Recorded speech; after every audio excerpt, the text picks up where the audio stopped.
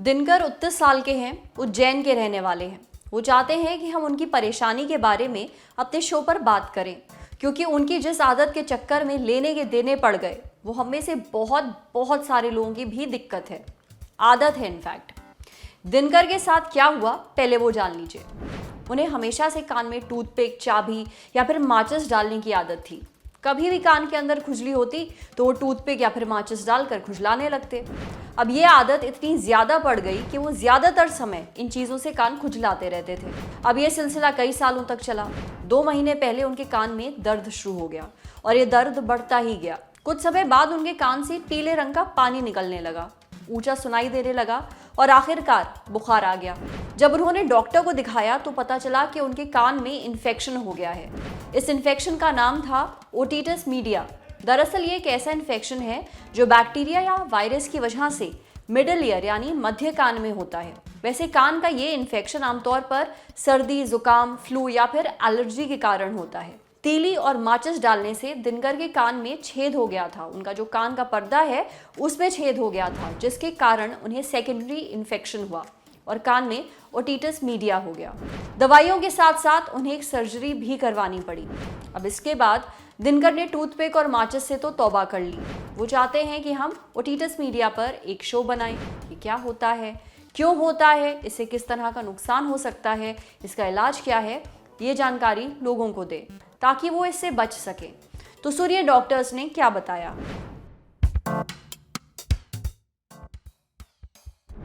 मनुष्य कान के 3 हिस्से होते हैं, बाहरी, मध्य और आंतरिक।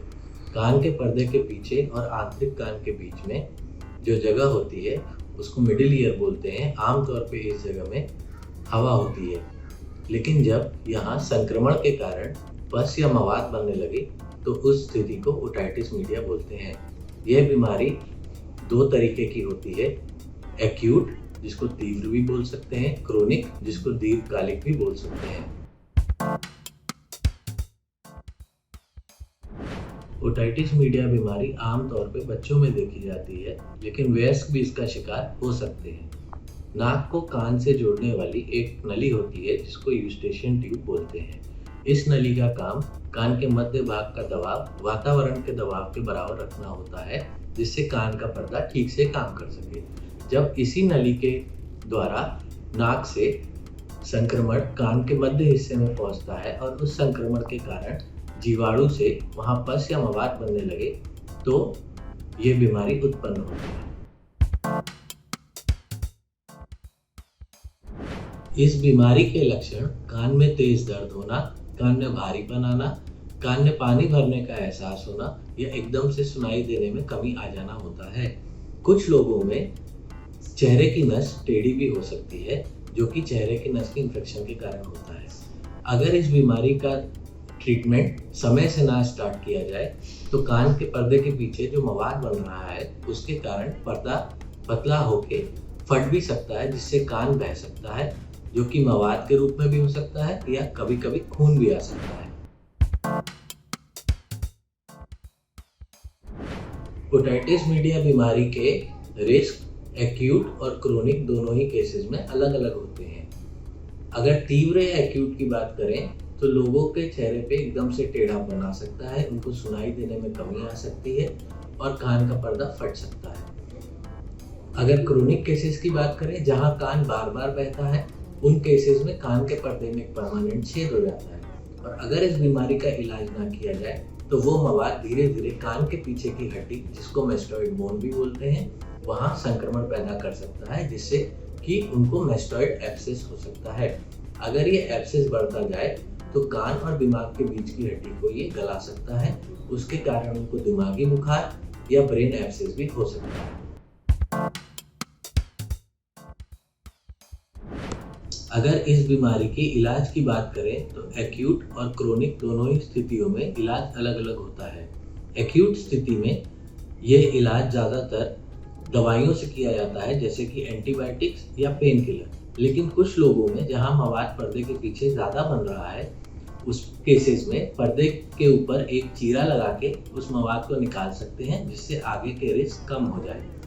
अगर क्रोनिक स्थिति की बात करें, जहाँ की पर्दे पे परमानेंट छेद हो चुका है या कान में सुनाई देने में मददगार छोटी छोटी हड्डियां संक्रमण के कारण खराब हो रही हैं, उस स्थिति में कान के पर्दे का ऑपरेशन भी किया जा सकता है, जिससे कि नया पर्दा लगाया जा सकता है और उन छोटी छोटी हड्डियों को भी आर्टिफिशियल हड्डियों से बदला जा सकता है, जिससे कि उनको सुनाई देने में मदद। आपने डॉक्टर साहब की बातें तो सुन ली, आपको ये तो समझ में आ ही गया होगा कि ओटिटिस मीडिया कितना खतरनाक इन्फेक्शन हो सकता है। इसलिए एक्सपर्ट्स ये सलाह देते हैं कि अगर आपको सर्दी, खांसी, जुकाम, फ्लू या फिर एलर्जी हुई है तो इसके लक्षण यानी इस इन्फेक्शन के लक्षणों पर खास नजर रखें। अगर कान में दर्द हो रहा है, ऊंचा सुनाई दे रहा है, कान से पानी जैसा कुछ निकल रहा है तो तुरंत डॉक्टर से संपर्क करें। साथ ही कान की सफाई किसी एक्सपर्ट से ही कराएं, खुद माचिस या फिर टूथपिक या फिर चाबी डालकर शुरू ना हो जाएं, ये खतरनाक हो सकता है। अब बढ़ते हैं सेहत के अगले सेगमेंट की तरफ। हमें सेहत पर ऐसे कई लोगों के मेल्स आए हैं जिन्होंने बताया कि वैक्सीन करवाने के बाद उनकी स्किन पर रैशेस हो जाते हैं, खासतौर पर आर्म्स में दाने बन जाते हैं ये रैशेस और उनमें खुजली भी होती है, निशान पड़ जाते हैं। ये लोग जानना चाहते हैं कि इससे कैसे बच सकते हैं और इसका इलाज क्या है। हमने बात की डॉक्टर अप्रितम से। उन्होंने कुछ ऐसे तरीके बताए जो आपके काम आ सकते हैं। पहली चीज, वैक्स करवाने के बाद आप बर्फ या फिर ठंडे पानी में डूबा हुआ टिश्यू अपनी स्किन पर लगा सकते हैं। जहां जहां आपने वैक्स किया है वहां इसे 15 मिनट से लेकर आधे घंटे तक लगाएं।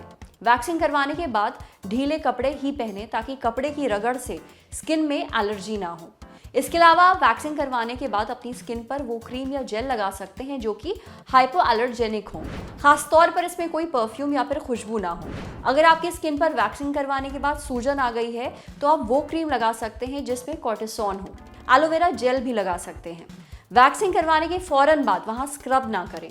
आप पानी से उस एरिया को साफ कर सकते हैं। किसी भी हाल में वहां खुजली ना करें।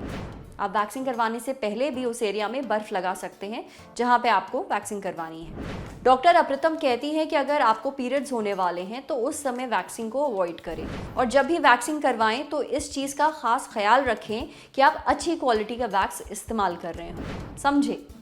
अब बारी है सेहत के आखिरी सेगमेंट की, खुराक। एक झक्कास सी हेल्थ टिप, जैसे असली और मिलावटी नमक में कैसे फर्क करें। इस दुनिया में जितना मुश्किल असली और नकली दोस्तों के बीच फर्क करना है, उतना ही मुश्किल असली और नकली खाने की चीजों में फर्क करना भी है। इन्हीं नकली प्रोडक्ट्स में से एक है नमक। अब नमक एक ऐसी चीज है जिसके बिना खाने की कोई भी डिश पूरी नहीं होती। पर जो नमक आप मार्केट से खरीद रहे हैं वो असली है या फिर मिलावटी, ये आपको कैसे पता चलेगा? असली और नकली नमक के बीच कैसे फर्क करें, ये बताया FSSAI ने। FSSAI यानी कि food safety and standards authority of India. अब नमक असली है या नकली, इसका फर्क करने के लिए किसी मशीन या फिर केमिकल की जरूरत नहीं है। नमक की शुद्धता की जांच करने के लिए सबसे पहले एक आलू लें। अब इस आलू को 2 हिस्सों में काट लें। इसके बाद दोनों हिस्सों पर थोड़ा सा नमक लगाइए और इसे करीब 1 मिनट तक छोड़ दीजिए। करीब 1 मिनट बाद आलू के कटे हुए दोनों हिस्सों पर नींबू का रस निचोड़िए। यदि आपका नमक शुद्ध है और डबल फोर्टिफाइड है तो आलू का रंग सामान्य रहेगा, वो बदलेगा नहीं। वहीं अगर आपके आलू का रंग नीला हो जाता है, डार्क हो जाता है, तो समझ जाइए कि ये मिलावटी नमक है। आज सेहत में इतना ही। अगर आप एक डॉक्टर हैं, हमसे कुछ शेयर करना चाहते हैं तो जो ईमेल आईडी इस वक्त आपको अपनी स्क्रीन पर दिख रही है उस पर हमें एक मेल भेज दीजिए। ये वीडियो फेसबुक पर देख रहे हैं तो हमारे फेसबुक पेज को लाइक करिए, यूट्यूब पर देख रहे हैं तो हमारे चैनल को सब्सक्राइब करिए, बेल आइकन पर ज़रूर क्लिक कर दीजिए ताकि जब भी हम कोई नया वीडियो अपलोड करें तो उसका नोटिफिकेशन आप तक सबसे पहले पहुंचे। शुक्रिया।